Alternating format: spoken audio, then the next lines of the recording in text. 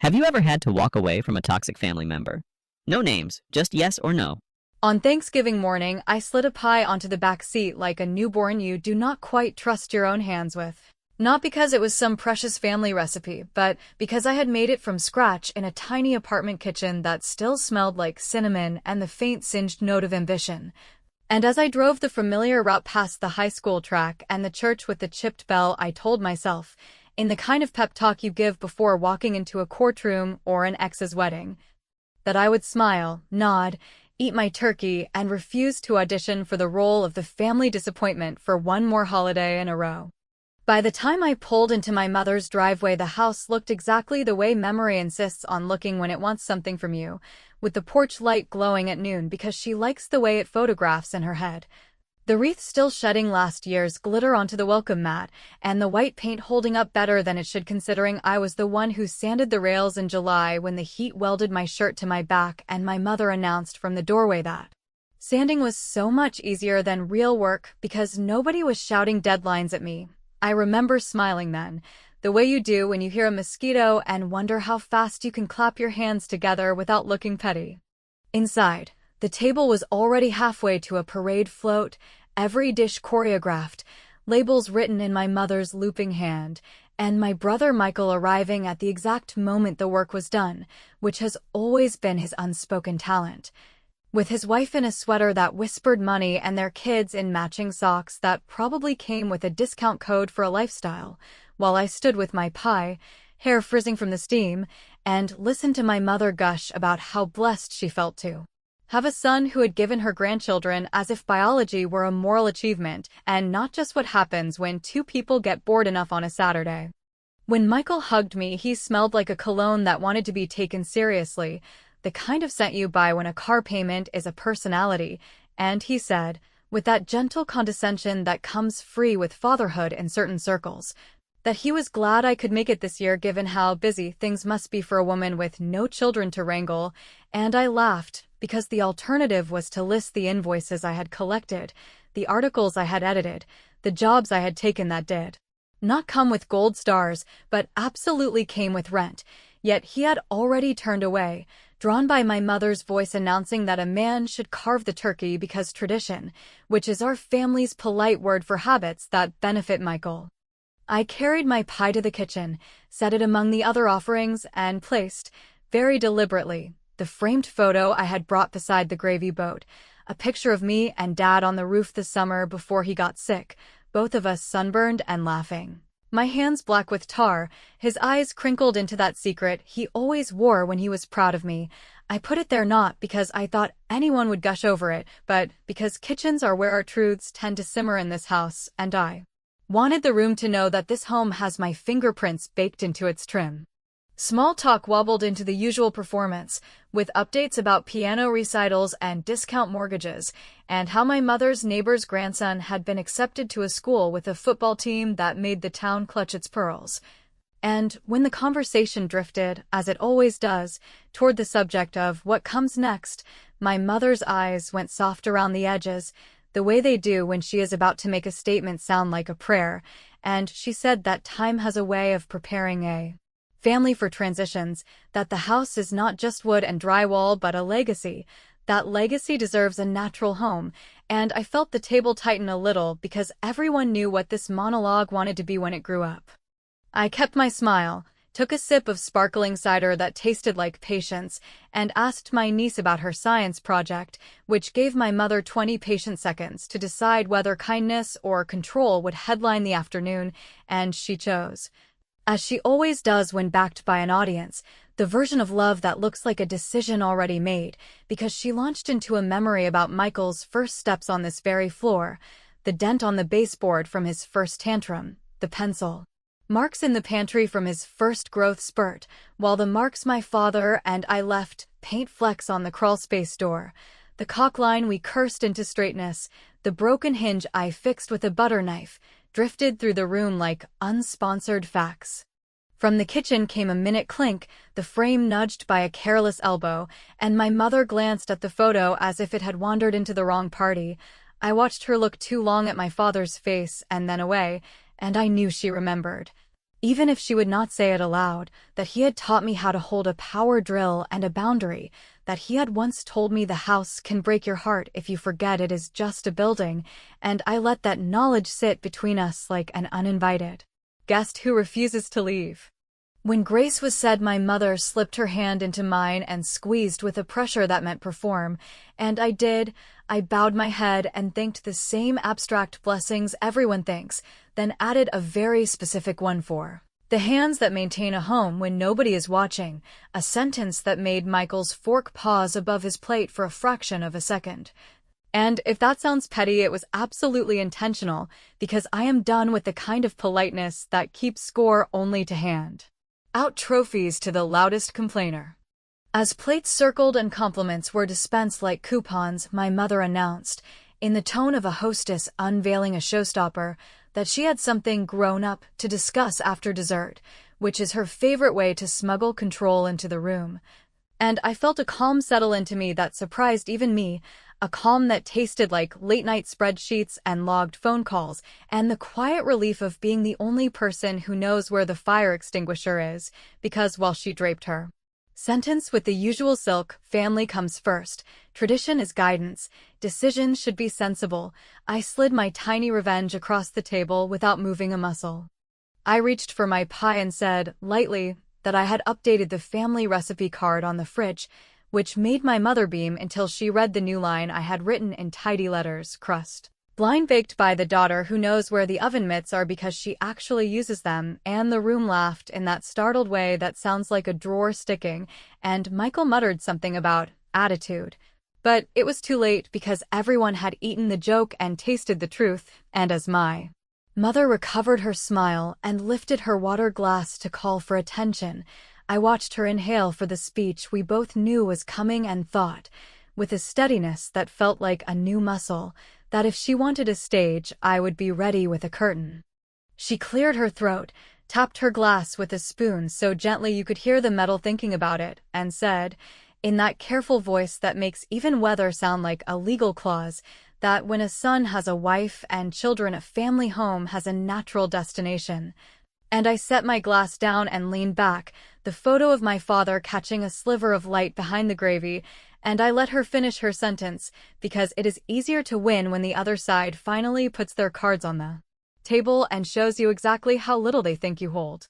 My mother's declaration, delivered with the smug serenity of a weather report about sunshine that conveniently ignores the storm gathering over the neighbor's yard, landed exactly where she wanted it to land. On the part of the table that still believes tradition is a synonym for fairness, and while the forks hesitated above buttery potatoes as if waiting for permission to continue, I let my face keep the polite expression that has saved me from 100 smaller humiliations and thought about the afternoon in late October when the quiet truth of their plan stopped being a rumor and became the thing that climbed into my passenger seat and refused to get out.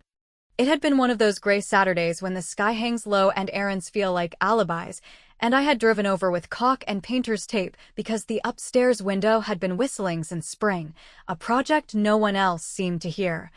And as I eased open the back door, I heard my mother's voice traveling from the dining room in that confidential whisper people reserve for gossip and legal strategy, telling Michael that families have to be practical, that sentiment is expensive, that the house will be safest if it stays with the child who has a wife and children to anchor him, and while he murmured the grateful noises of a man being given a trophy he had not trained for, she added that I am resilient and independent and therefore can adjust. Which is the family's elegant way to say I should make myself small enough to fit whatever empty drawer they assign me. I stood there with my tape and felt the familiar cocktail of anger and clarity, the first gulp hot and the second almost refreshingly cold, because once the shape of a betrayal is visible you can stop shadowboxing and start drawing a map. So I backed away, slipped out without the door complaining, and sat in my car calibrating my breath while the rain pecked the windshield like a metronome, then pulled up a folder on my phone that I had built across years of being dismissed, a neat little archive of property tax receipts I had paid when my mother forgot deadlines, contractor invoices I had handled when the porch sagged, screenshots of text threads in which Michael promised to reimburse me and somehow never found the day to do it. and bank statements showing the quiet line items that keep a house from slipping into rot. People who think revenge is a feeling have never spent a week making phone calls between lunch breaks, because what actually happens is paperwork, signatures, polite voices arranged in a patient chorus, and a decision to move while everyone else rehearses speeches. Which is why by the following Wednesday I was sitting across from a loan officer who explained, in sentences that ticked forward like a train schedule, that my late father's will contained a buyout clause if an heir could demonstrate financial capacity and a credible maintenance record, and while I studied the clause I could see my father's tidy mind in the language, an engineer's way of saying love the house if you must, but do not let it ruin you. And I realized that he had left me not a favor but a door that everyone else had been too arrogant or too lazy to notice. The bank wanted a timeline of repairs and proof of paid taxes for the last 2 years, which would have frightened the version of me who still believed fairness announced itself in living rooms after pie, but this version of me opened my binder, slid copies across the desk, and felt the pleasant click of competence when the loan officer's eyebrows lifted, because competence is the one inheritance my family never tried to steal, and when he said the word pre-approval with the kind of careful enthusiasm bankers use to avoid sounding like cheerleaders, I did not grin or cry or whisper a prayer. I simply asked him to put everything in writing and to list me, and only me, on the contact line for every next step. Back at the house, during Thanksgiving, I let these facts sit in my pocket like a warm stone, and when dessert plates rattled and my mother reached for ceremonial authority, I practiced a smaller revenge that I had prepared for exactly this moment. The kind of elegant pettiness that looks like courtesy until it detonates, because I pulled from my tote a glossy binder wrapped in plain brown paper and said, in a tone bright enough to pass for helpful, that I had made everyone a little gift. Called the household book, a one-stop place for paint colors, appliance serial numbers, gutter cleanings, roofing schedules, and a simple one-page acknowledgement of who handled what so no one would be confused in the future. And before anyone could suspect the sting, I slid pens around the table and asked for quick initials next to the tasks they had completed this past year, so we could start fresh in January with clean columns. Michael, hungry for the optics of adulthood, scrawled his initials next to a single spring chore he barely remembered. My mother placed her careful letters by 2 holiday decorations that require no tools and less time, and I wrote my name beside the long, unglamorous list of inspections, replacements, fees, and winterizations that would have made a stranger assume I lived there, which, in practice, I almost had, and while the signatures dried like truth in daylight, I snapped a crisp photo with my phone and emailed a copy to myself and, for good measure, to my attorney friend Tina, who insists on receipts the way some people insist on grace before meals. The room felt lighter for a moment because the game had been disguised as gratitude, and maybe that would have been enough revenge for one evening, a tidy confession disguised as a family craft. But when my phone vibrated in my pocket with the soft thrum of inevitability, I excused myself to the hallway, pressed it to my ear, and listened to the loan officer confirm that the pre-approval letter had been issued and that, given my documentation, underwriting would be swift so long as contact with other interested parties remained, in his words, informational rather than participatory, a phrase that tasted like permission. And when I stepped back into the dining room, my mother was lifting her glass to begin the speech she had practiced in mirrors while I took my seat, set the household book in the center like a placemat for the truth, and smiled the kind of smile that tells a room nothing and promises everything, because I knew that after the toast, when the last polite laugh drained into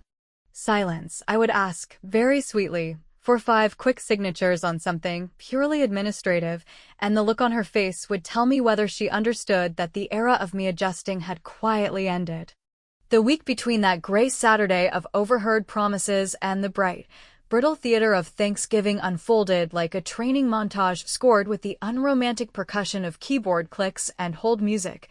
Because once I understood that my family was drafting me as the understudy who never gets the bow, I decided to become the stage manager, the lighting tech, and the owner of the building. Which is why the following mornings found me pouring coffee stronger than common sense, opening Spreadsheets that had lived for years in the exile of my downloads folder, and building a paper spine sturdy enough to hold a house upright even while certain relatives rehearsed their tragic expressions about legacy and natural order. And if the description sounds dramatic, that is only because no one ever says the word mortgage like it is poetry, even though it can be, when you stack the right clauses in the right order.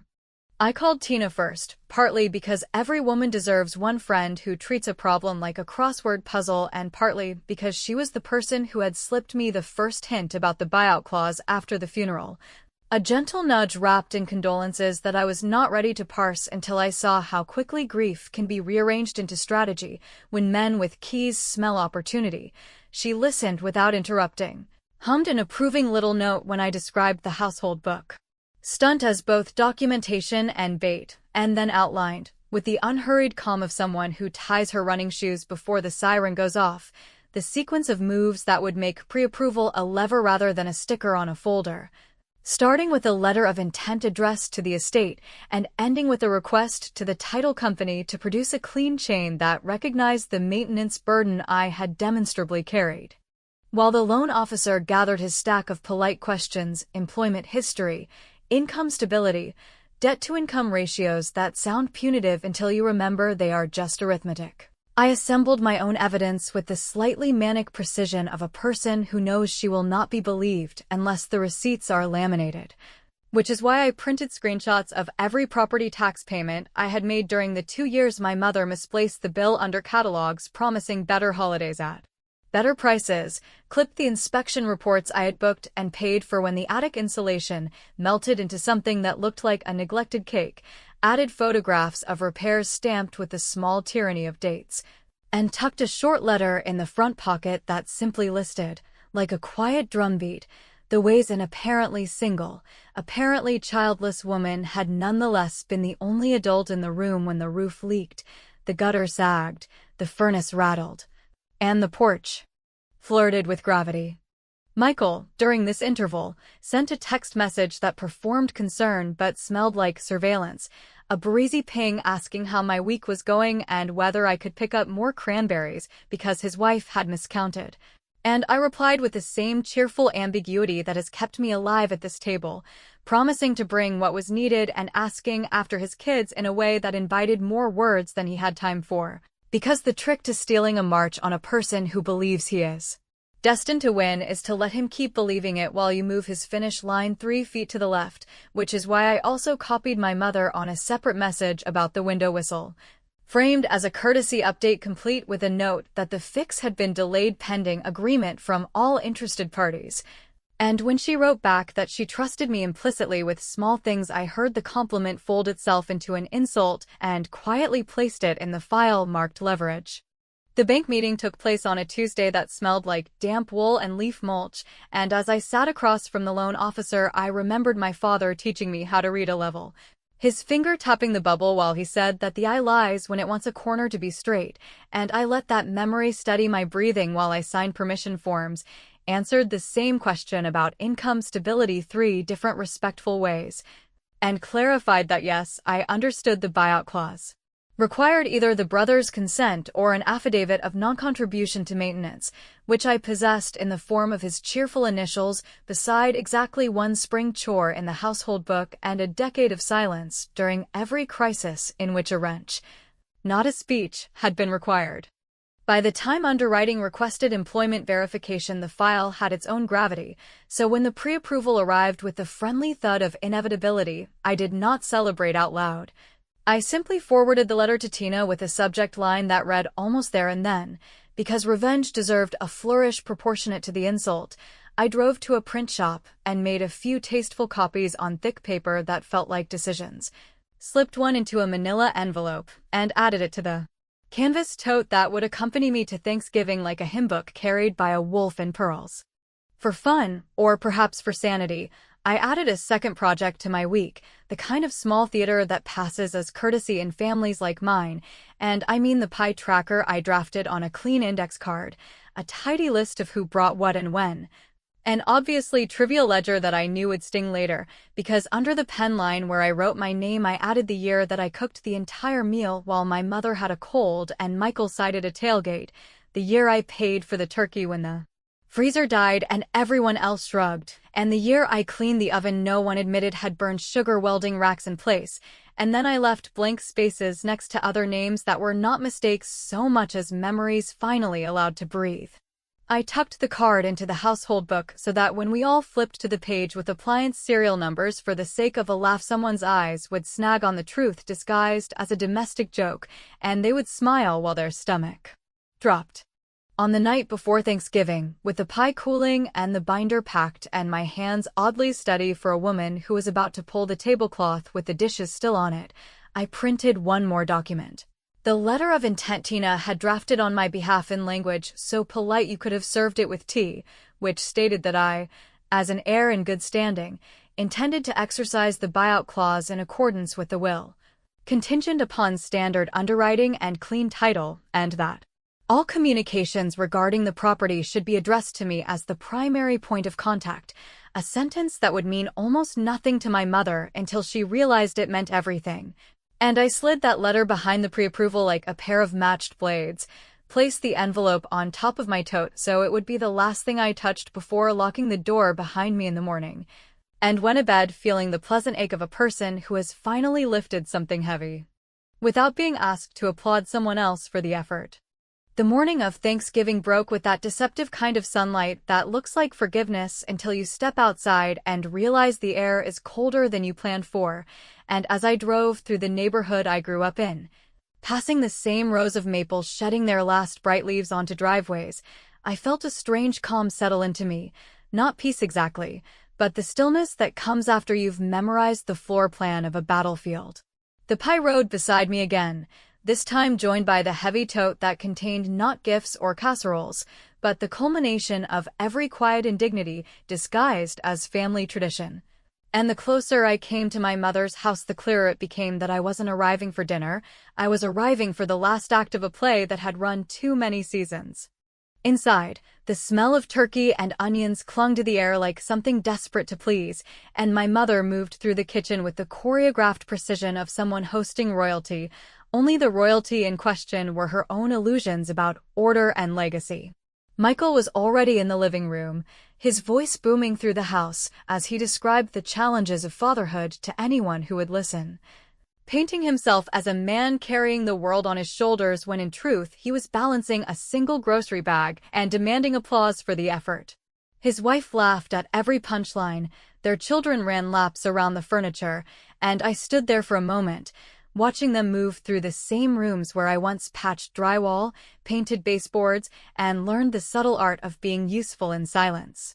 When my mother spotted me, her expression softened into that brittle smile she reserves for moments when appearances matter, and she took the tote from my hand with a chirped "You shouldn't have," unaware that the weight she held was not a hostess gift, but an instrument of correction. I followed her into the dining room, now set with enough china to feed an army, every piece polished to the point of blindness. I could almost hear my father's ghost somewhere between the walls, his quiet disapproval humming beneath the clatter of silverware, because he believed meals were for listening, not for ceremony. And I could already feel how far from that principle this afternoon was about to drift. Dinner began as expected, with polite conversation masquerading as affection, with laughter that sounded rehearsed, and with the faint tension of a room filled with people pretending that hierarchy is the same thing as harmony. My mother praised Michael for his latest promotion, how he had worked so hard for everything he has, and how proud Dad would have been of him, which was a lie so elegant I almost admired it, because my father had said many things before he died. But pride in Michael's borrowed successes was not among them. When she turned to me with the perfunctory question about my work, a question that always felt like a courtesy call from a stranger, I gave her the kind of measured answer that revealed nothing and promised less, and the silence that followed was thick enough to carve.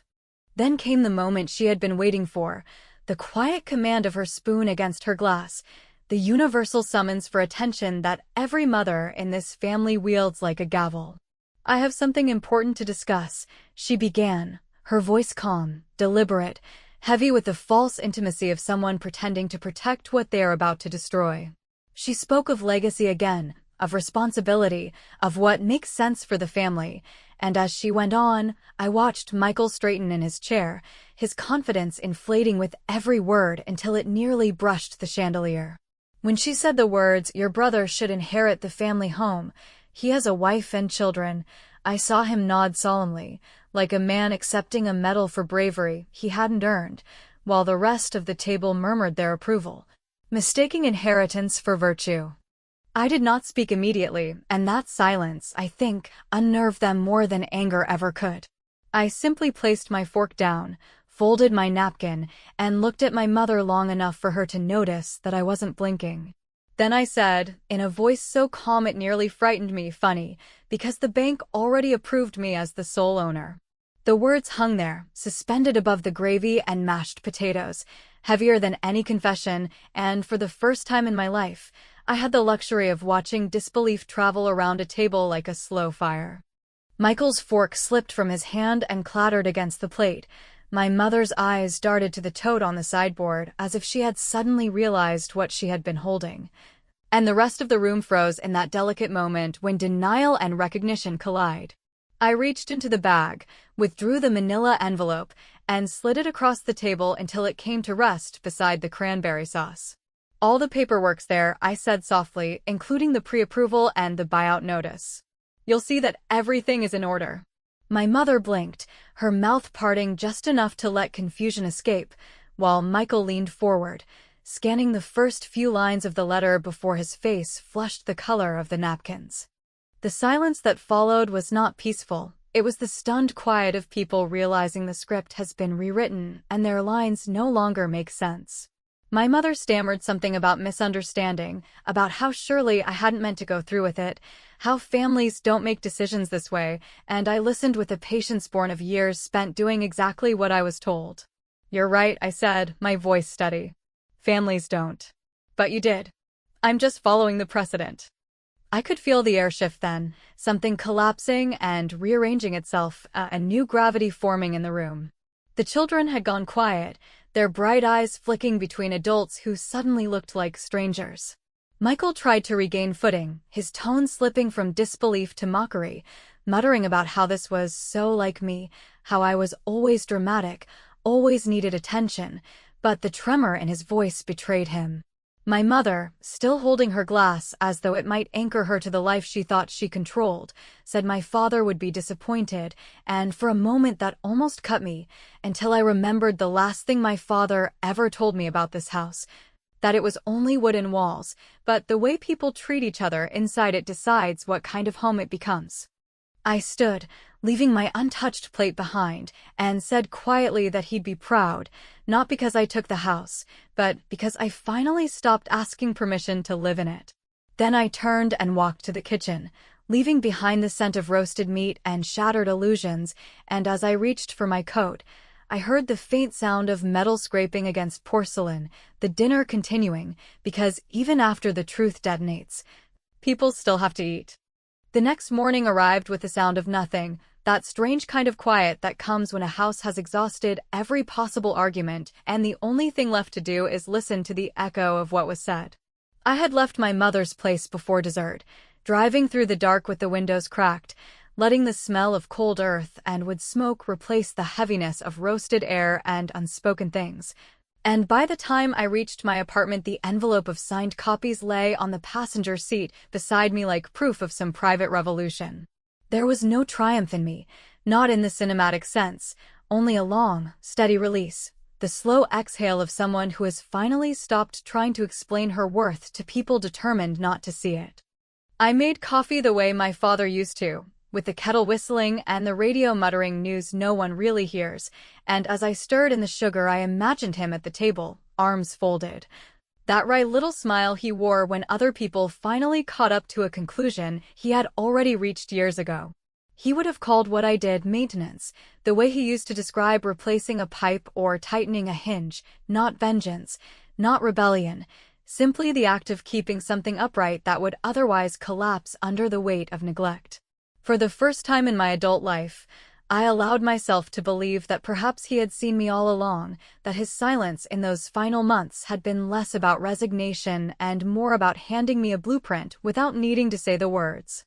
By noon, the phone started vibrating. First my brother, then my mother, then his wife through a number I didn't recognize. The messages stacked like layers of frost, polite at first, then wounded, then angry in that performative way that people become when their certainty has been repossessed. I read each one, not to reply but to understand the choreography of denial, how quickly love turns into negotiation, how suddenly family becomes a term of condition rather than connection. Michael wrote that I had humiliated Mom, as if she were some fragile artifact that needed polishing, and my mother wrote that she wished I had come to her privately, which was absurd because she had never once listened when I had. I didn't delete them. I just let them sit there, each notification a tiny monument to the distance between what they imagined I owed them and what I had already paid. That afternoon, I drove to the title company to sign the final forms. The office was small, unremarkable, the kind of place where the carpets are gray from purpose, and the man behind the desk greeted me with the neutral kindness of someone accustomed to watching families either knit themselves together or come apart over ink and signatures. He flipped through the stack, pointing at the spaces marked with fluorescent tabs, and I signed each one carefully, my name looping across the page in the same handwriting my mother used to correct on my school papers. When I handed the pen back, the man said, "Congratulations, Miss Hayes. You're officially the sole owner." I thanked him, and before he could launch into the perfunctory speech about record processing times, I said, "It's just a house," because I needed to hear the words aloud, to remind myself that victory and freedom are rarely the same thing. Outside, the wind had shifted, the sky bruised with early snow, and for a moment I stood by my car watching the first flakes spiral down onto the windshield, thinking how strange it was that the world continues exactly as it should even when everything inside you has changed shape. On impulse, I drove back to the house, my house now, not to confront anyone, but to see it one last time as something other than memory. The driveway was empty. The windows glowed faintly against the dim light, and through the glass I could see the dining room still set, plates stacked but not yet washed, as if the meal were holding its breath, waiting for permission to end. I unlocked the door, stepped inside, and for the first time, no one called my name. The rooms felt smaller than I remembered, stripped of the grandeur that nostalgia lends to even the most ordinary corners. I walked through each one slowly, touching the walls, tracing the ridges where my father's repairs met my own, and in every detail there was a version of me that had tried, the girl who painted late at night, the woman who fixed what others broke, the daughter who stayed too long hoping effort could be mistaken for love. I paused by the kitchen table, where the photograph of my father still stood beside the empty gravy bowl, and whispered a quiet apology, not because I regretted what I had done but because endings, even necessary ones, deserve a moment of grace. When I finally locked the door behind me, I didn't take the key with the reverence of an heir, but with the calm practicality of someone finishing a shift. The car started on the first try, the heater groaning into life, and as I pulled away from the curb, I glanced in the rearview mirror at the house receding into shadow, smaller with every turn until it became just another shape among many. The calls kept coming in, my phone buzzing across the passenger seat like a trapped insect, and I let it ring until the sound stopped mattering. Later that evening, when the quiet had settled deep enough to feel like company, I poured a glass of wine and stood by the window watching the city lights blink themselves awake. There was no triumph in me, no gloating satisfaction, just a steadiness I had never known before, the quiet understanding that sometimes justice is nothing more than balance restored, and that truth, once spoken, has a way of rearranging the air itself. I thought of my mother then, sitting in the dining room she no longer ruled, probably rehearsing new versions of the story where I am cold or ungrateful or misguided, and I let her have them, all of them. Because the one thing she could never rewrite was the silence that followed my words at that table. That silence was mine, and it would outlive every story she told. When I went to bed that night, the house key still sat on the counter, a dull piece of metal that no longer felt like a prize, but like a punctuation mark. I turned off the lights, crawled beneath the blankets, and closed my eyes knowing that for the first time in years, I didn't owe anyone an explanation for the space I occupied. The house would stand, the family would talk, and life, indifferent and unstoppable, would move on. But somewhere beneath all of that noise, I had finally built something solid, not a home made of wooden walls, but a life that was entirely, irrevocably mine.